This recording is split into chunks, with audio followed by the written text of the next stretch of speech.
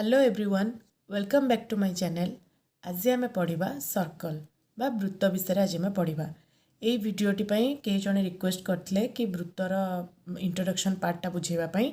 चलतु भिडटी को स्टार्ट करवा। प्रथम आम जाना वृत्त क्या कहुए बा circle any close shape with all points connected at equidistance from centre forms a circle. जेकोसी क्लोज फिगर जेकोसी गोटे क्लोज फिगर थी से आम पॉइंट्स गुड़ाक जदि दबा ताले ता सेंटर रु देखु सेंटर रु जीटा आम ये गार टाणी देचे जे सेंटर रु एटार डिस्टेंस को आम कहवा कौन कहवा आम centre centre of the circle.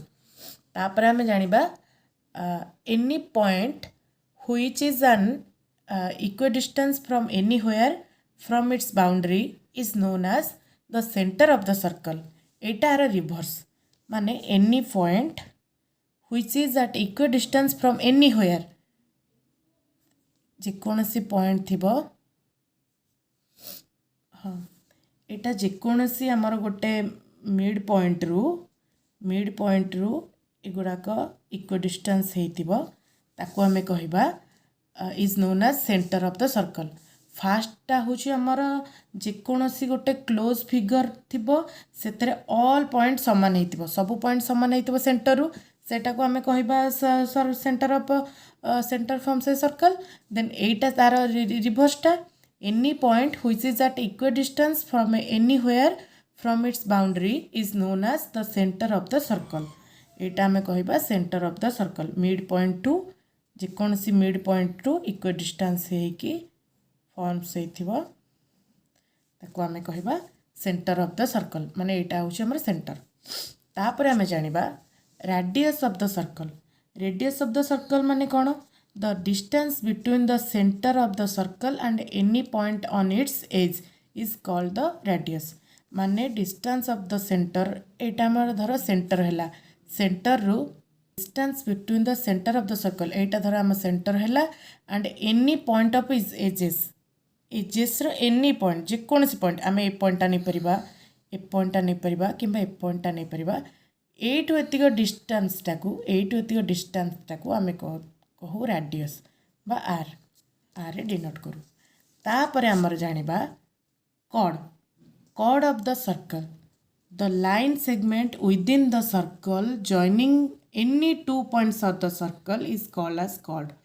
Cord माने आमर जेकोसी टू पॉइंट सर्कल जॉइनिंग हेतिबो देखंतु जोठी हेले भी जेकोसी टू पॉइंट लाइन सेगमेंट द्वारा जॉइन हेतिबो एटा एठी भी पारे एटा एठी भी पारे टू पॉइंट्स सर्कल भितर जॉइनिंग हेकी गोटे सेगमेंट बनैथिबे ताको आमे कहबा cord of the circle.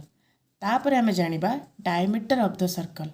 Diameter of the circle क्या कहबा a chord passing through the centre of the circle is called the diameter. The diameter is 2 times the radius and it's the longest chord. Longest chord ए कॉर्डटा जेकोसी ए जो कॉर्डटा देखुछंती centre रु जाइनी एटा देखंतु एठू जाइची एटा एठू जाइची एटा एठू जाइची बट जोटा हमर डायमीटर होता है सेटा ऑलवेज सेंटर रु जाइथाय।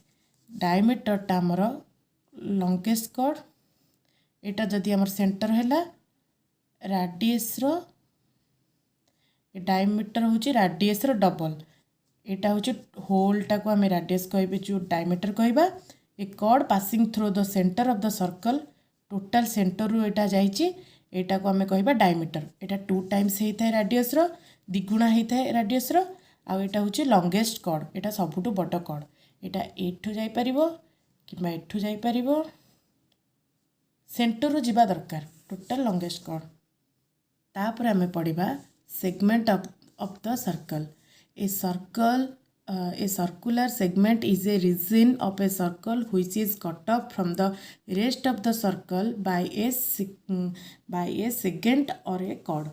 या माने होची आमे देखंतु गोटे वृत्त रे एटा जदि आमे ए करबा एटा बी करबा स्मॉलर रीजन कट ऑफ जदि हमर मझिरटी कटा हैला the smaller region cut off by a chord is called minor segment एटा को आम माइनर सेगमेंट कहवा आ जोटा बिगरटा रहीटा को आम कहवा मेजर